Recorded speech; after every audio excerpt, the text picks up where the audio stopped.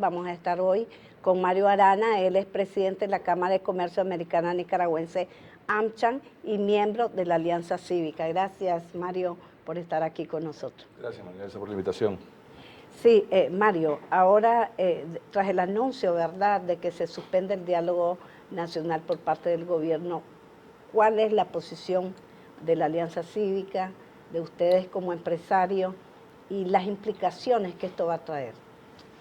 Bueno, en primer lugar, realmente Ortega mata el diálogo, y la pregunta es, ¿por qué lo hace? ¿Verdad? Porque en realidad ahí había una expectativa, una esperanza de que por la vía de la negociación se resolviera la crisis política que está quejando pues, a todo Nicaragua, a toda la familia, especialmente dolorosa para las víctimas de esta etapa de nuestra historia. O sea, aquellos que han perdido familiares, aquellos que están en el exilio, aquellos que han sufrido cárcel o están en las cárceles. En realidad, todas esas familias están a la espera de una solución, de una salida, de realmente reparación, que se tome acciones con respecto a la situación de ellos. Y desafortunadamente el diálogo fue fructífero en una primera etapa y luego se estancó. No iba para ningún lado verdaderamente, no iba para ningún lado. Y se suspende ante un hecho que pasa en la Modelo, donde una persona pierde la vida, que estaba privada de libertad, es decir, prisionero político, y ante el hecho de que realmente no estaba caminando el diálogo, no iba para ningún lado. Entonces, yo creo que ahí se capitaliza mucho la alianza, se pone en sintonía con el pueblo, María Elsa. Y realmente eso creo que le dio temor a Ortega, de seguir jugando con la alianza, porque lo veía como un potencial contrincante en el futuro, lo cual me parece desafortunado, porque nos está costando lo que nos está costando, pues que no hemos resuelto el problema de la crisis. Después de esto, la delegación del gobierno llegaba todos los días al INCAE, ya la alianza había decidido no asistir, pero posteriormente ya es el gobierno el que dice en qué cambiaron las cosas, para que la alianza primero no llegara donde estaba llegando diario al INCAE y después fuera el gobierno el que diga que no, pero ahora sí la alianza dice que... Bueno, nosotros recibimos mucha presión de los familiares de los presos con el incidente que pasó en la Modelo. Es decir, y tomamos la decisión de suspender hasta que no estuvieran todos los presos de la élite conciliada liberados. En cuanto fueron liberados, que fue hecho antes de la fecha, inclusive tope, nosotros tratamos de entrar en contacto con el gobierno y ya para entonces ellos estaban totalmente, pues, o sea, distantes, es decir, no estaban dando ninguna indicación de que querían regresar al diálogo con nosotros. Decidimos entonces emplazarlo, hacerlo más explícito, hacerlo más público, porque además teníamos a la comunidad internacional preguntándonos cuál era nuestra postura. Sí. Y eso fue lo que hicimos, pues, es decir, o sea, fuimos inclusive el 31 de julio al INCAE, es decir, a mostrar pues nuestro compromiso con esa voluntad de diálogo que seguimos teniendo, porque seguimos abiertos a la negociación. Es decir, las alternativas a las negociaciones políticas no son muy placenteras. O sea, es decir, es más caos, son más peligros para todos, ¿verdad? Verdaderamente lo que encierra. Asumo que Ortega piensa que él puede estabilizar unilateralmente el país. Personalmente yo creo que él no puede ni recuperar la gobernabilidad ni la economía y que realmente le convendría a Nicaragua y a él elecciones adelantadas, verdaderamente, porque al final, por la vía electoral, ya que no pudimos resolver en una mesa de negociación, por la vía electoral a lo mejor podemos resolver pues esta crisis, ¿verdad? Y que se recomponga el poder en Nicaragua de tal manera que no tengamos un régimen que controla todo, ¿verdad? Sino que realmente se reparta el poder de la manera en que la elección lo indique, pues, ¿verdad? Es decir, porque yo asumo que difícilmente Ortega ganaría a menos que la oposición vaya dividida. Entonces, bueno, lo que pasó fue eso, fue de que el gobierno perdió interés y creo porque realmente teme que la alianza se le convierta en un partido de oposición, cosa que no ha decidido necesariamente la alianza ser, pero sí la alianza se está viendo más allá de la negociación, debo decir, cree que tiene una responsabilidad ante el país y la va a asumir y va a liderar la conformación de una coalición política que realmente busque cómo sacar a Nicaragua de la crisis. Similar a la de los 90. Por la vía cívica y pacífica, sí, similar a la de los 90, pues, ¿verdad? Es decir, que por la vía cívica y pacífica, por la vía de las elecciones, nosotros logremos darle una salida, una respuesta al país. Con un solo candidato de la oposición. Bueno, ojalá que se pueda, ¿verdad? Es decir, existe siempre la posibilidad de que aparezcan otros interesados, ¿verdad?, en ser candidatos, más allá de los que puedan ser producto de esa coalición.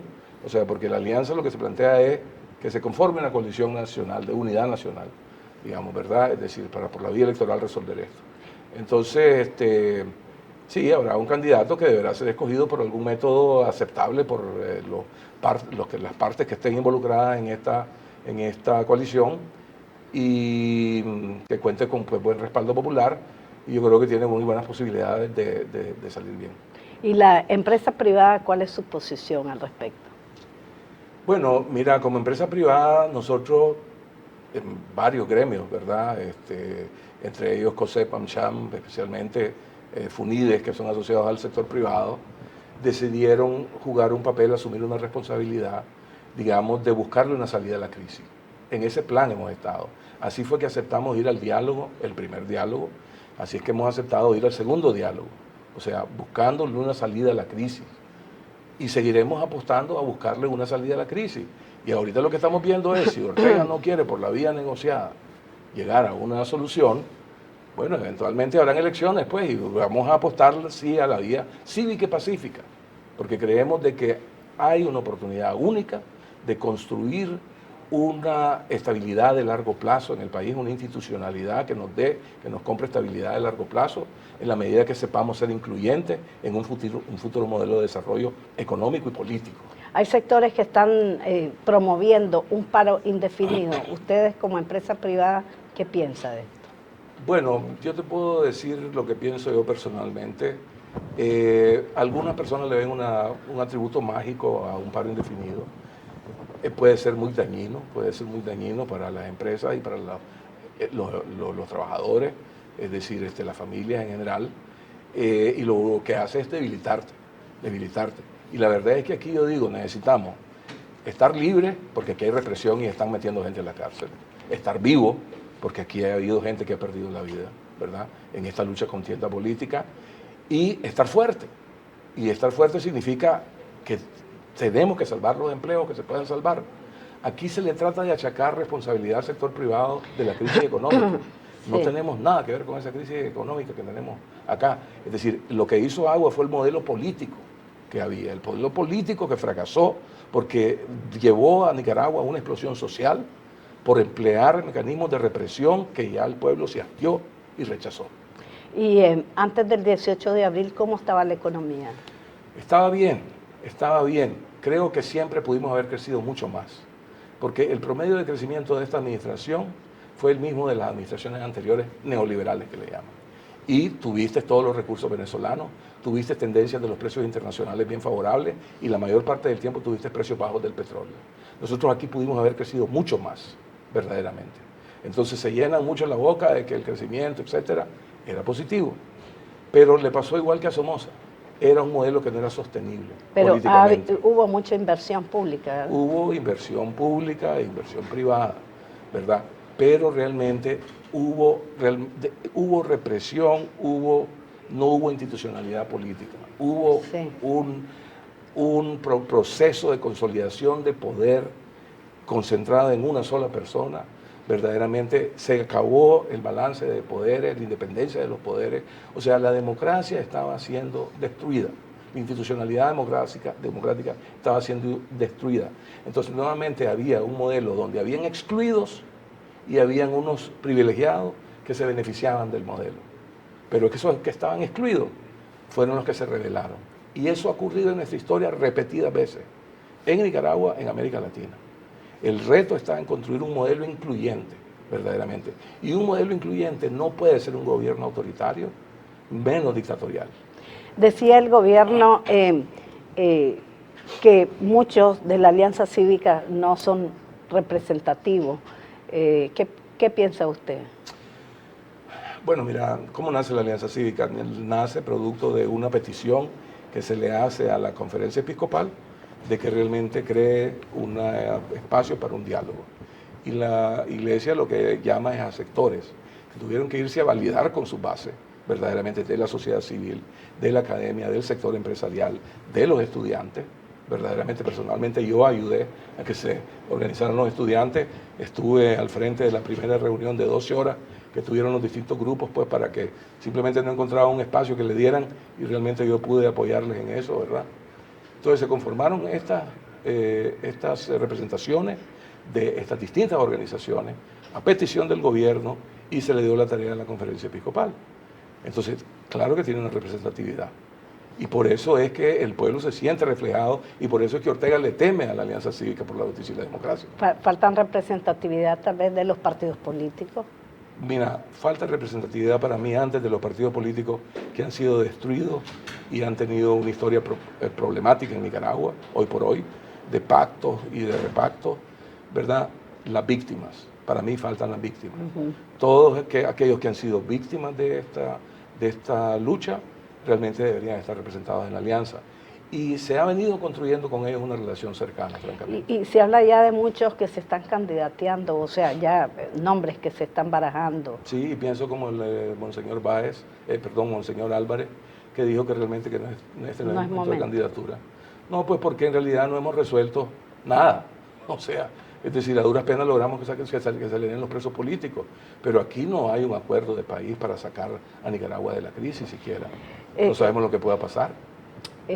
Don Mario Arana, y las sanciones que han venido pidiendo y que ya anunció Unión Europea, Estados Unidos, imagínense la suspensión del Tratado de Libre Comercio, ¿cómo va a afectar Nicaragua? Mira, obviamente las sanciones afectan probablemente pues la economía. A ver, hay dos tipos de sanciones, entendamos, las individuales y hay las generales. Las individuales están circunscritas a la persona sancionada, a su familia, ¿verdad? Y es una muerte civil, verdaderamente. Les crea problemas, ¿verdad? Pero no es como que afectan a la economía en general. Sí. Claro, envían un mensaje, muestran que ese país está en problemas, que tiene tensiones, en este caso, pues con Estados Unidos, que no son poca cosa, pues, ¿verdad? Pero si se dan sanciones generales, si Nicaragua es suspendida del OE y se suspenden los flujos, por ejemplo, de recursos del Banco Interamericano de Desarrollo, de todos los préstamos aprobados, pues obviamente eso va a golpear a la economía y va a golpearnos a todos, ¿verdad? Es decir, pero bueno, parece que hacia ahí vamos y parece que a esta administración le está importando poco que vayamos hacia ahí, porque en realidad aquí las sanciones lo que son es un mecanismo de presión para que nosotros resolvamos entre los nicaragüenses, mediante una negociación, el problema político que tenemos. No es como que los países estén interesados en aplicar las sanciones. Los países están interesados en que vos, por la vía de la negociación, salgas de esta crisis. Pero la suspensión del Tratado de Libre Comercio, por ejemplo, las empresas, ustedes de la Cámara de Comercio, las empresas que tienen relaciones con Estados Unidos, es grave esto. Bueno, ¿verdad? es decir, ese es uno de los temas que se ha discutido, se ha hablado, y me dicen que está en riesgo, inclusive el Tratado de Libre Comercio con Nicaragua. Mira lo que está pasando con Venezuela, que fue anunciado ayer y hoy creo que ya salió un decreto ejecutivo, un embargo. O sea, un embargo como el que nosotros tuvimos, es decir, en los 80, ¿verdad? O sea, eso es serio, eso es dramático. Y aparentemente no tiene empacho la administración norteamericana en aplicar este tipo de políticas. Porque las mismas empresas norteamericanas que están aquí, como Walmart, franquicias norteamericanas, también tendrían que irse del país. Mira, el asunto es, una cosa es la economía y otra cosa es la política. Ajá. Y démonos cuenta en el mundo que estamos viviendo y qué han sido estos gobiernos, Venezuela, Cuba, Nicaragua. Le dan refugio a terroristas, alimentan y no tienen escrúpulos para que a través de ahí haya tráfico de droga, tráfico ¿cómo se llama? Lavado de dinero. Eso le preocupa a los Estados Unidos, verdaderamente. Y considera este eje en el cual nos incluyen como ya digamos, no somos el actor principal, digamos, pero también nos tienen ya incluidos ahí. Y el problema para los Estados Unidos es que este tipo de ambiente es responsable del terrorismo en el mundo. Entonces ellos, desde el septiembre 11, están en guerra contra el terrorismo. Y en esas patas estamos metidos nosotros, en esas patas de esos caballos estamos metidos nosotros. Eso es lo que aparentemente esta administración no quiere entender. Que otra vez estamos metidos en las patas del caballo, que nos estamos asociando a Irán, que nos estamos asociando a todos aquellos que realmente para los Estados Unidos son enemigos de ellos, porque alimentan el ambiente que a ellos los amenaza y que básicamente contra los que están en guerra. Y para concluir, si tuviera ahí al presidente Daniel Ortega, saber a cuáles son sus recomendaciones. Mis recomendaciones serían que verdaderamente busquemos cómo darle una salida política a Nicaragua. Es decir, que realmente reconozcamos, por un lado, las reparaciones que hay que hacerles a los que han sido víctimas de esta crisis, que creemos una comisión de la verdad, que también las personas que cometieron falta, que sean acusadas, que pidan perdón, pensemos en sentencias que pueden ser laxas y podemos buscar cómo construir una convivencia en el país, de que sea incluyente, pero que abramos Nicaragua a la democracia verdaderamente, una democracia genuina, que realmente aquí todos tengan iguales oportunidades y que sea incluyente. Y bueno, tratar de hacerle entender que su modelo no funcionó, ni está funcionando en ninguna parte del mundo, ni las sociedades ricas de hoy son las que profesan su modelo, es todo lo contrario. Muchas gracias, Mario Arana, muchas gracias. Él es el presidente de la Cámara de Comercio Americana Nicaragüense, AmCham, y miembro de la Alianza Cívica.